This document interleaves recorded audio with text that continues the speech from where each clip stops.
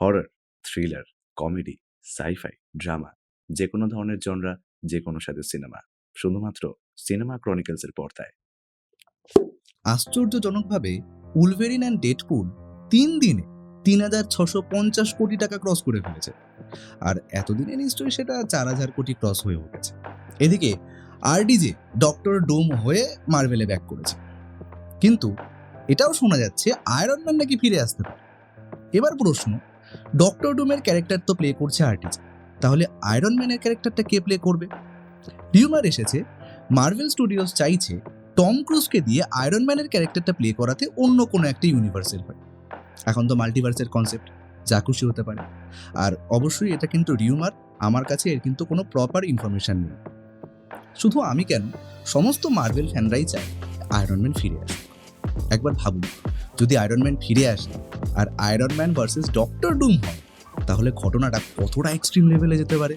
আমার তো এখনই গুজবাম্পস আসছে। ডেডপুল অ্যান্ড উলভেরিনের ক্রেডিট সিন কিন্তু ভীষণ হাইপ পেয়েছে সোশ্যাল মিডিয়াতে। চারিদিকে শুধু ডেডপুল অ্যান্ড উলভেরিনের ক্রেডিট সিন, সাথে ডেডপুলের dance with Deadpool theme music. এদিকে এই মাস্কের পেছনে অরিজিনাল ডেডপুল কিন্তু এই ডান্সটা করেনি। যিনি করেছেন তিনি হলেন নিক এফ পলি। উনি বাই প্রফেশন একজন অ্যাক্টর, সিঙ্গার, ডান্সার। উনি কিন্তু নিজের ইনস্টাগ্রাম হ্যান্ডেলে এই জিনিসটাকে মেনশন করেছেন।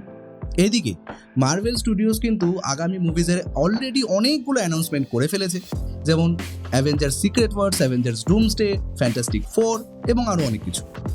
তাহলে এখন তো মাল্টিভার্সের কনসেপ্ট, ভবিষ্যতে কি ঘটবে তা নিয়ে এখন তো কোনো আইডিয়া করাই যাচ্ছে না, কিন্তু এইটুকু বোঝা যাচ্ছে ভবিষ্যতে বিশাল ধামাকা আসতে চলেছে। আর শুধুমাত্র মুভিজ এবং ওয়েব সিরিজ রিভিউ নয়, সাথে ইন্ডাস্ট্রির insider news, upcoming movies, upcoming web series এবং এমসিইউ নিউজও কিন্তু আপনারা এবার থেকে সিনেমা ক্রনিকলসের পর্দায় দেখতে পাবেন। তাহলে এই সমস্ত কিছুর সাথে কানেক্টেড থাকতে হলে সাবস্ক্রাইব করতে হবে সিনেমা ক্রনিকলস।